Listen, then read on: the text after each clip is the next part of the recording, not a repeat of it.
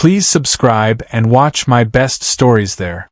The sun was bleeding out behind the ridge when the stranger appeared, silhouetted against the orange sky, dust trailing his horse like smoke from a dying fire. Nobody in Dry Creek likes surprises, and that man was a walking one. Sheriff Dempsey leaned against the rail outside the saloon, his cigarette burning low, eyes narrowing as the rider dismounted. The horse looked half dead, the man half worse. "Evenin'," the stranger said, voice dry as the desert. "Name's Colt Mercer. I'm lookin' for a man named Travis Dempsey." The sheriff froze mid-drag. The cigarette slipped from his fingers. "You found him," he said. "What's your business?" The stranger's eyes, gray and unreadable, flicked to the badge on Dempsey's chest. "You killed my brother." The street went silent. Even the wind seemed to hold its breath. Inside the saloon, poker chips stopped clinking. Someone cursed under his breath. The sheriff's hand hovered near his holster. "That's so," Dempsey said. "Then maybe you should draw, boy." Colt didn't. He just stared at the sheriff like he was measuring him for a coffin. Then, to everyone's confusion, he said, "Not today," turned and walked into the saloon. The doors swung behind him with a lazy creak that somehow sounded like a threat. Dempsey spat into the dirt, but his jaw clenched. He knew that name. Mercer. 10 years since he'd last heard it, and 10 years since he'd shot a man named Wyatt Mercer dead in the Badlands. Inside, Colt ordered whiskey. "Leave the bottle." He drank like a man with ghosts to drown and no time to do it. The bartender, Hank, tried to make small talk. "You pick a rough town to visit, friend." Colt glanced up. "Ain't here for the scenery." Hank nodded slowly, eyes darting to the window where the sheriff still stood, unmoving. "You know," he said carefully, "some folks say Travis Dempsey cleaned this town up." Colt smiled without warmth. "Funny. My brother said the same before he ended up in the ground." Outside, thunder rolled over the desert though the sky stayed clear. By the time night fell, every man in Dry Creek was whispering about the stranger who'd come for blood but hadn't drawn. Some said he was biding his time. Others said he'd lost his nerve. Dempsey didn't believe either. He'd seen men like that before, men who smiled slow, spoke soft, and killed fast. That night, a shot rang out behind the saloon. One of Dempsey's deputies was found face down in the mud, his badge missing, a single bullet hole between his shoulder blades. The only tracks in the dirt led toward the stranger's horse, but the horse was still tied outside the saloon. And Colt Mercer was sitting inside, calm as Sunday morning, whiskey in hand. "Somebody," he said quietly, setting the glass down, "just made a mistake." The night stretched long and restless over Dry Creek. The storm that never came still grumbled across the horizon, and Sheriff Dempsey hadn't slept a wink. He sat at his desk, the lamp throwing gold across the wanted posters on the wall. The dead deputy's badge lay in front of him, blackened with blood. He was 22, Dempsey muttered. Didn't even own a good hat yet. Across from him stood Deputy Cole Avery, lean and nervous. "You think Mercer did it?" he asked. Dempsey rubbed his jaw. "I think Mercer wants me to think he did it. And that makes him worse than a killer. He's a planner." The door creaked open and old Doc Briggs stepped in, hat in hand. "Sheriff," he said, the bullet pulled from the boy's back. It was a .36 caliber. "Same as your Colt." Dempsey's head snapped up. "You saying it's mine?" The doc hesitated. "I'm saying it's identical." By morning, the town buzzed like a kicked hornet's nest. The stranger hadn't left, hadn't even flinched when 2 deputies walked into the saloon and told him the sheriff wanted a word. He stood slow, like a man used to being aimed at. When he entered the jailhouse, Dempsey didn't bother standing. "You're making quite an impression, Mercer." Colt leaned against the doorframe. "So I hear. One of my men's dead," Dempsey said. "You expect me to believe that's coincidence?" Colt smiled faintly. "You expect me to believe justice lives in this town?" Dempsey's eyes hardened. "I shot your brother because he robbed a stagecoach and killed 2 people. That's the story you tell yourself," Colt said quietly, stepping closer. Truth is, Wyatt found something you wanted, proof your badge was paid for in blood. And when he tried to talk, you shut him up.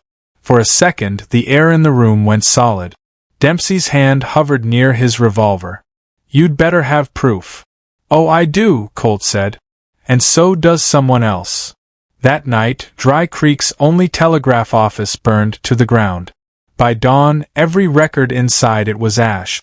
Rumors spread like wildfire, about missing gold, forged warrants, and a deal between Dempsey and the outlaw gangs years back. The townsfolk started watching the sheriff differently. Dempsey stormed into the saloon, hand on his gun. You think you can come in here and turn my town against me, he hissed. Colt didn't rise from his seat. Not my town, Sheriff. Just your truth catching up. Dempsey's temper snapped, he drew. But Colt moved faster. His chair tipped back, hand flashing to his belt, the barrel of his gun pressed against Dempsey's chin before anyone could blink. Go ahead, Colt whispered. Make me the villain you already see. The saloon went dead silent. Then, slow footsteps sounded from the stairwell. A woman's voice broke through the tension. Enough. Everyone turned. It was Ella Dempsey, the sheriff's wife, dressed in black, eyes sharp and wet with anger. If either of you men shoot, she said, you'll both die in this town before sundown. Colt lowered his gun. Dempsey did too. But their eyes said what their hands didn't. Outside, thunder cracked again, and this time, rain began to fall. Somewhere in that storm, another secret was about to surface. Rain hit Dry Creek like a baptism the town didn't deserve. Streets turned to rivers, lanterns flickered in the wind, and the air smelled of gunpowder and guilt. Colt Mercer sat on the porch of the boarding house, hat low, watching the mud swallow boot print. He wasn't there for mercy or redemption. He was there for truth. Inside, Ella Dempsey sat across from him, her hair loose, her expression tired but fierce. You think you're the first man to call my husband a murderer? She asked. Colt's voice stayed even. No. But I might be the last. She poured 2 glasses of bourbon and slid one across the table. You think killing him fixes anything? Colt didn't drink. Not about fixing. It's about finishing. Ella's hand trembled as she set her glass down. Wyatt Mercer wasn't just your brother. He was my friend. He came to me the night before he died. Told me he had proof, ledgers, documents, everything.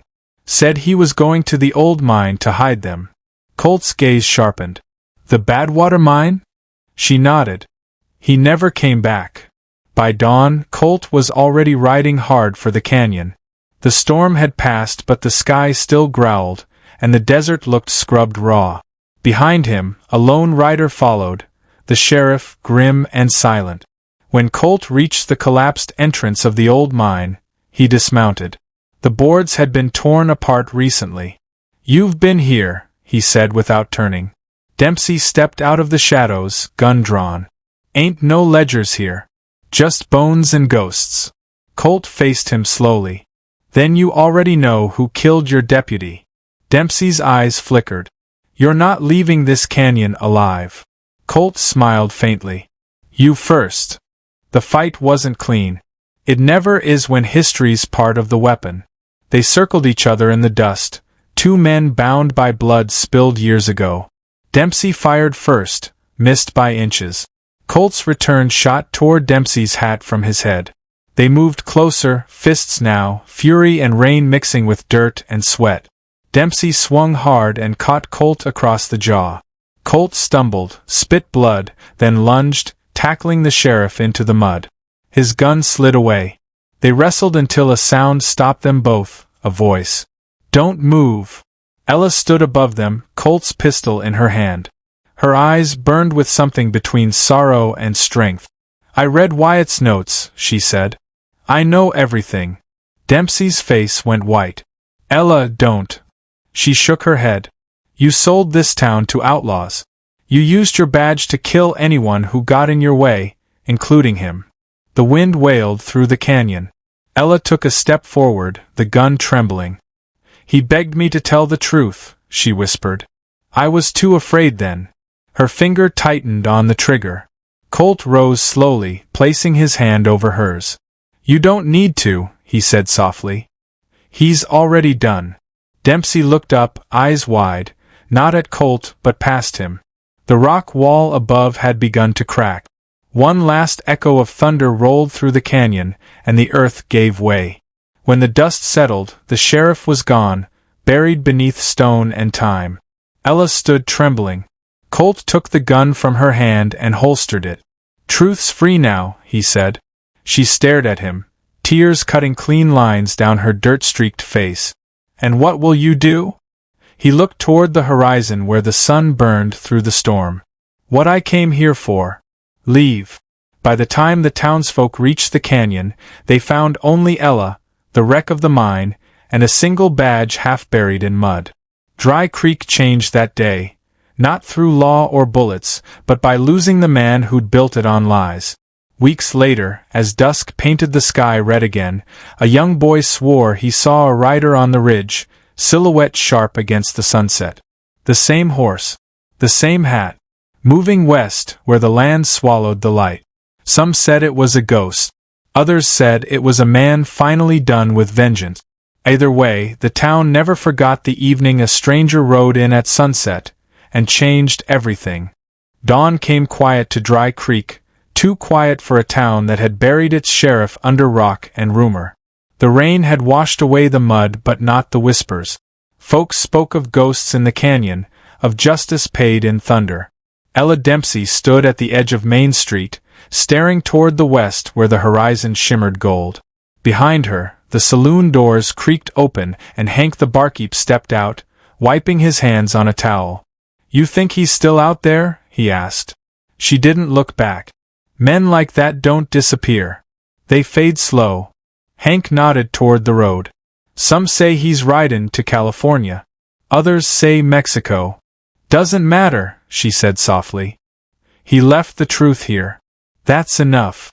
Miles away, Colt Mercer rode through the desert, his horse kicking up little ghosts of dust. The sun climbed higher, washing the world in light. For the first time in years, he felt the weight of his gun less heavy. He stopped near an old sycamore and reached into his saddlebag, pulling out a weathered leather notebook, Wyatt's ledger, the one Ella had found beneath the mine rubble. Inside were names, dates, and a single letter folded tight between the pages. It was his brother's handwriting.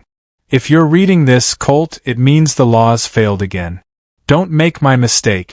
Don't fight it, fix it. Colt sat there a long time, the wind stirring the edge of the paper. He thought of Ella, of the sheriff's face when the canyon cracked, of all the towns built on half-truths and broken men.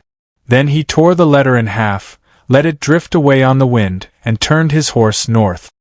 He wasn't done, not with revenge, but with redemption. Back in Dry Creek, the townsfolk gathered outside the saloon as Ella nailed a sign above the door. Dempsey's Saloon, under new honor. No preacher said words for the sheriff. No bells rang. The town simply went back to breathing, lighter than before. Deputy Cole Avery took the badge from the mayor's hand and pinned it to his chest, promising he'd run Dry Creek clean. Hank poured free drinks all evening, saying, "Here's to the stranger who did what none of us had the guts to." That night, when the lamps burned low, a letter slid under Ella's door. It had no name, no return mark, just a single line in neat handwriting, "Some debts ain't paid in dollars." She smiled through tears and tucked it beside her mirror. By the time summer bled into fall, the story had already turned into legend. Travelers told it different each time, a ghost gunman, a vengeful outlaw, a brother chasing justice through the storm. But one thing stayed the same.